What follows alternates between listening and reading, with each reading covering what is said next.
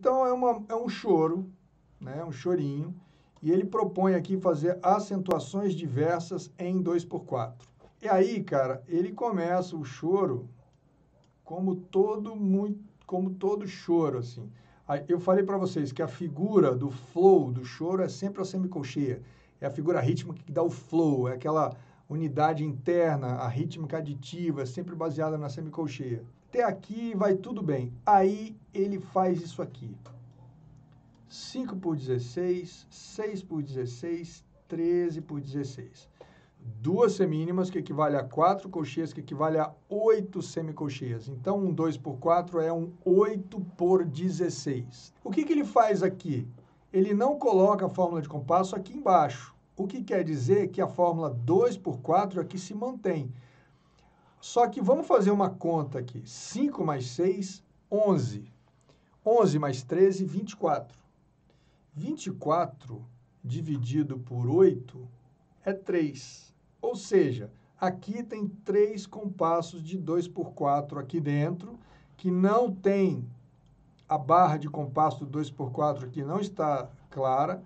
Ele coloca uma barra pontilhada para dividir a ideia da estrutura interna, das acentuações internas, acentuações diversas que ele chama. Mas o total disso aqui pressupõe 3 compassos em 2/4. Só que em vez de ser 8, 8, 8, ele dividiu em 5, 6 e 13. O que acontece? Qual é o efeito que a gente vai ouvir aqui? Apesar dele não ter mexido na métrica de 3 compassos, ele só mexe a acentuação interna e a gente perde a referência do 2/4, do movimento binário. Quando ele faz isso, a impressão que dá é que a música entra num space out, assim, você perde a referência. Simplesmente porque ele mexe na estrutura interna e elimina essa sensação de flow das semicolcheias que vem daqui, ó. Quando ele tira isso, mexe na acentuação interna, essas notas de acompanhamento caem em lugares diferentes, essas notas que estão aqui no baixo não coincidem com as notas de acompanhamento, observe. Aqui está na pausa e tal, aqui está na pausa, aqui também está na pausa, não coincide, ele cria um negócio, não é nebuloso, mas ele descola, parece que o negócio vem 1 mais 7 é 8, 8/16. Isso aqui significa que é um único compasso 2/4. Por que ele escreve isso aqui?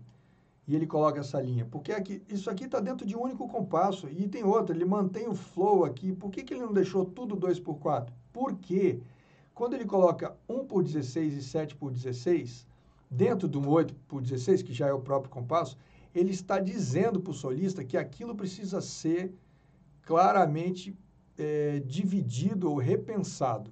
Ou seja, o jeito que o solista entende que acaba essa sessão aqui e começa outra. E isso é importante ser dito, porque o compasso é, sim, uma forma da gente ter marcado pequenas estruturas ali dentro. Mas ele fala, não, cara, tudo bem, apesar do compasso estar marcando, o fraseado não está seguindo a estrutura do compasso. Ele acaba uma semicolcheia depois, e na segunda semicolcheia ele começa uma outra estrutura, isso precisa ficar claro. Senão o solista ia ligar isso aqui, ó, essas duas aqui, ele ia fazer uma ligadura. E isso muda na percepção da execução, percebe? Então, são detalhes, mas são detalhes importantes para quem tem essa consciência rítmica clara do que ele quer. Toda aquela linha do flow que estava no baixo vem para a linha de cima. E aquele desenho que estava em cima, olha, inclusive com os acordes e tudo, vem para a linha de baixo. Ele faz essa inversão. É muito interessante como é que ele faz isso. E mantém. Ele vem fazendo tal coisa, até que ele chega aqui e ele faz uma outra subdivisão interna. 9 mais 7 é igual a 16. 16 são 2 compassos 2/4, inclusive está aqui a barra de compasso do 2/4.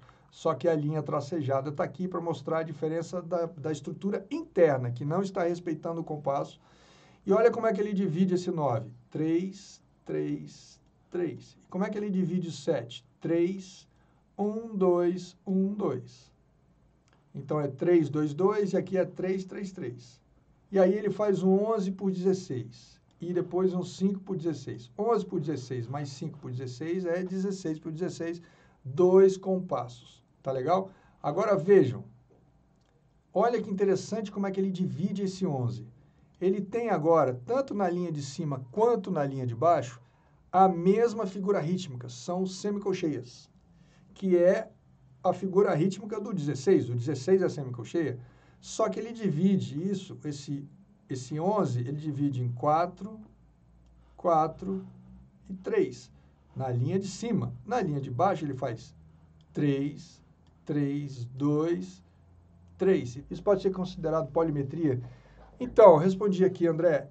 Cara, eu acho que não. Eu acho que isso são acentuações internas diferentes para duas vozes. Eu fiquei pensando sobre isso, sabe? Porque elas têm o mesmo tamanho. Elas têm o mesmo tamanho. Quer dizer, metricamente falando, não é, porque a métrica é a mesma. Ambas ocupam, sei lá, 2 compassos, ou, né, elas têm lá 2 compassos, ou 11 por 16, elas ocupam o mesmo tamanho. Então, a métrica é a mesma, mas a acentuação interna é diferente. A minha dúvida ficou essa, se eu deveria considerar as acentuações internas como recurso de polimetria, mas depois eu entendi que não. A não ser que eu pegasse essas acentuações internas e colocasse uma fórmula de compasso para cada um deles. Aí tudo bem, eu veria que teria métricas diferentes. Mas ali ele considerou todo mundo dentro de um único grupo, e ali dentro um faz 883, o outro faz, não sei, 332, não sei como é que é. 3323. Então eles estão criando uma acentuação interna diferente, mas não saem da mesma métrica, que é 11 por 16 no caso ali, tá? A polimetria tem que ser métricas diferentes, elas têm que uma preencher um espaço e a outra preencher outro espaço, e elas não coincidem no tamanho. Então, 3 por 8 é a mesma coisa que 6 por 16, somado a esse 10 daria 16 por 16, o que quer dizer que aqui tem 2 compassos 2 por 4, e aqui está inclusive a barra de compasso do 2 por 4, mas aqui é a linha tracejada. E aí ele volta para o 2 por 4 com flow nas semicolcheias que estão em cima e termina a música, e aqui ele fala, termina seco. Vamos ouvir a partitura? Chegou a hora da gente ouvir essa música. Então vamos lá. Ouvindo.